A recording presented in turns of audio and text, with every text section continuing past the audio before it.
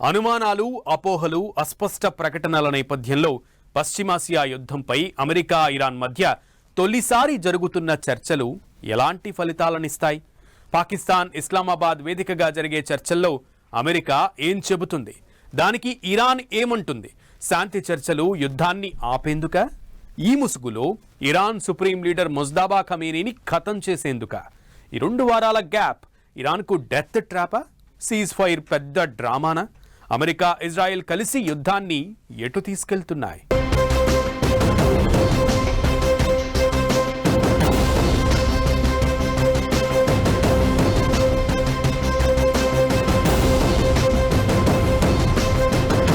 War gap తో Iran కు death trap.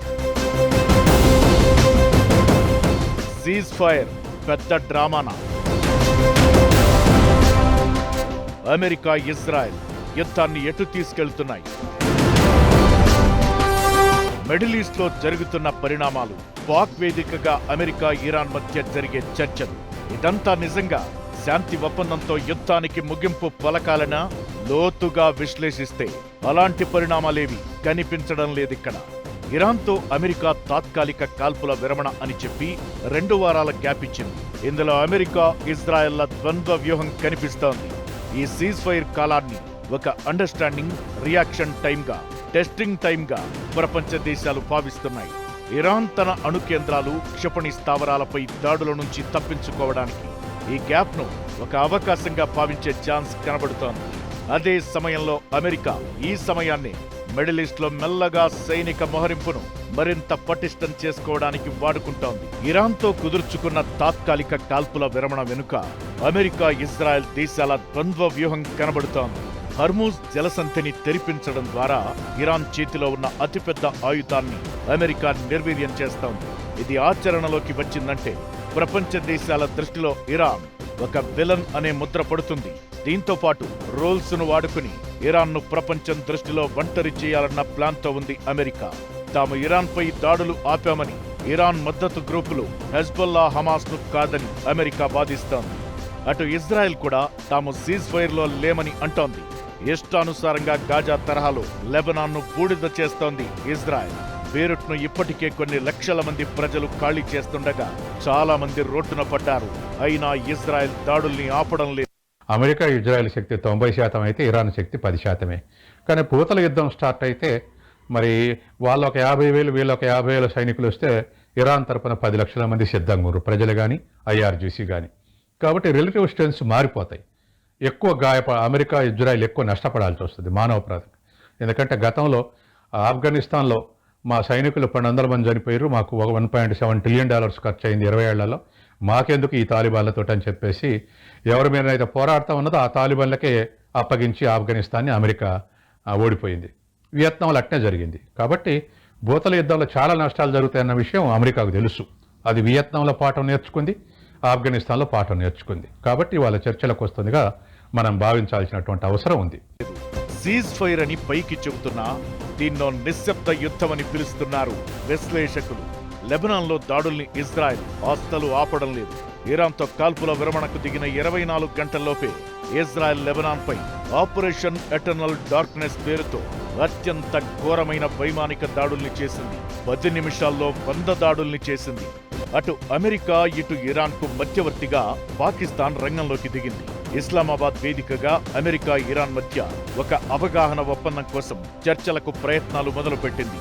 Cease fire అంటే అందులో లెబనాన్ కూడా ఉందని ఇరాన్ నమ్ముతుంటే అమెరికా ఉపాధ్యక్షుడు జేడీ వాన్స్ మాత్రం లెబనాన్ ఈ ఒప్పందంలో భాగం కాదని కొండబద్దలు కొట్టారు.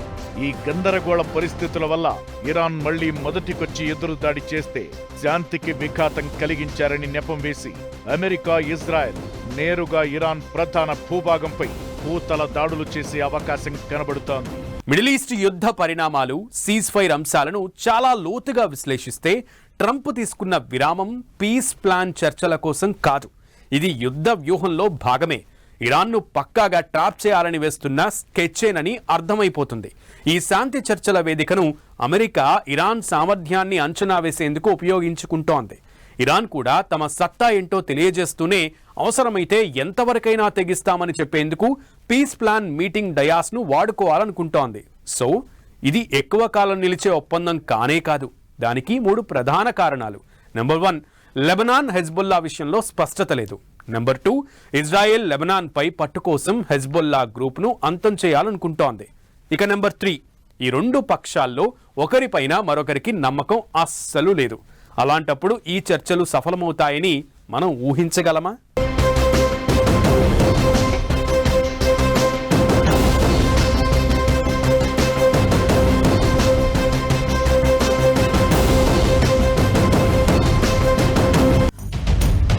అమెరికా ఇజ్రాయెల్ యుద్ధ వ్యూహాలు స్పష్టం. ఇప్పటికే బఫర్ జోన్ల ఏర్పాటు. లెబనాన్, సిరియా, గాజా ప్రాంతాల్లో పట్టు బిగించే దిశగా అడుగులు. ఇరాన్తో యుద్ధం విషయంలో అమెరికా ఇజ్రాయెల్కు చాలా స్పష్టమైన వ్యూహాలే ఉన్నాయి.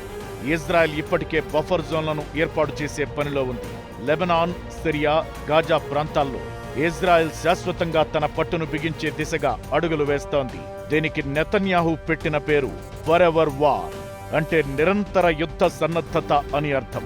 ఒకవేళ ఇరాన్తో చర్చలు విఫలమైతే ఇరాన్ నాగరికతనే తుడిచిపెట్టేలా దాడులు చేస్తామని ట్రంప్ ఇప్పటికే హెచ్చరించారు. ప్రస్తుతం కనిపిస్తున్న శాంతి కేవలం తుపాను ముందు నిశ్శబ్దం లాంటిదని రాజకీయ విశ్లేషకులు అభిప్రాయపడుతున్నారు. ఇరాన్ తన మిత్రపక్షాలైన హెజ్బుల్లాను ఇజ్రాయెల్ దెబ్బతీస్తుంటే మౌనంగా ఉండలేదు.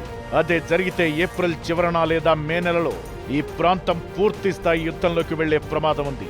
దీన్ని బట్టి అమెరికా చర్చల పేరుతో పాక్ చేత చేయిస్తోంది కేవలం శాంతి ఒప్పందమే కాదు, ఇరాన్ను ఆర్థికంగా, సైనిక పరంగా బలహీనపరిచి లొంగదీసుకునే అతిపెద్ద ఎత్తుగడ. సీజ్ ఫైర్ లో ఇరాన్ పలు కీలక ప్రతిపాదనల్ని అమెరికా ముందు పెట్టనుంది. కానీ ట్రంప్ వాటన్నింటినీ ఒప్పుకునే ఛాన్స్ ఎంత అనేది బిగ్ క్వశ్చనే. ఇరాన్ విషయంలో ఆంక్షల్లో పెద్దగా సడలింపులు లేకుండా వీలైనంత ఎక్కువ ఒత్తిడిని తీసుకురావడమే అమెరికా ప్లాన్. తాము తలచుకుంటే నాశనం చేసేవాళ్లమే గాని సహృదయంతో ఆ పని చేయలేదని ట్రంప్ అంటున్నాడు. చర్చల వరకు లాక్కొచ్చాం కాబట్టి తాము చెప్పినట్లు చేయండని అమెరికా ఇరాన్ను అడుగుతుంది. హర్మూజ్ జలసంధిని తిరిగి తెరవాలన్న డిమాండ్పై అమెరికా పట్టు వదలకుండా ఉంటుంది.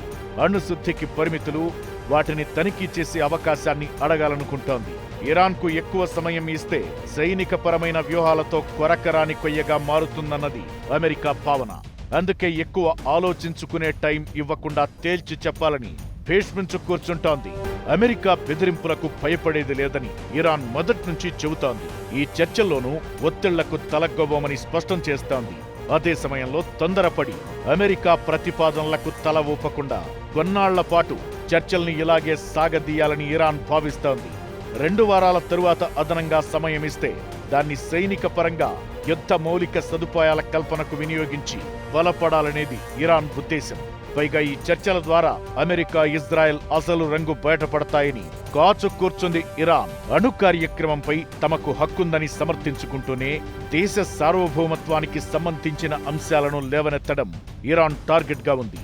అలాగే ఆంక్షల ఎత్తివేతకు, అణుశుద్ధికి లంకె పెట్టడం ద్వారా చర్చల్ని తమ డిమాండ్లకు ఒప్పించేలా తమకు అనుకూలంగా మలుచుకోవాలని ఇరాన్ ప్రయత్నిస్తోంది. మొత్తంగా చూస్తే ఇది కాల్పుల విరమణ అనేది యుద్ధానికి ముగింపు కాదని, 2 వైపులా నెక్స్ట్ ఏంటి అని ఎత్తుగడలు సిద్ధం చేసుకునేందుకు పెట్టుకున్న చిన్న విరామంగా చెబుతున్నారు. ఇరాన్ తన ఆర్థిక వ్యవస్థ, సైనిక బలోపేతం కోసం ఈ విరామాన్ని వాడుకుంటుంటే అమెరికా తన ఎన్నికలు, ఇతర రాజకీయ ప్రయోజనాల కోసం ఈ గ్యాప్ను వాడుకుంటోంది.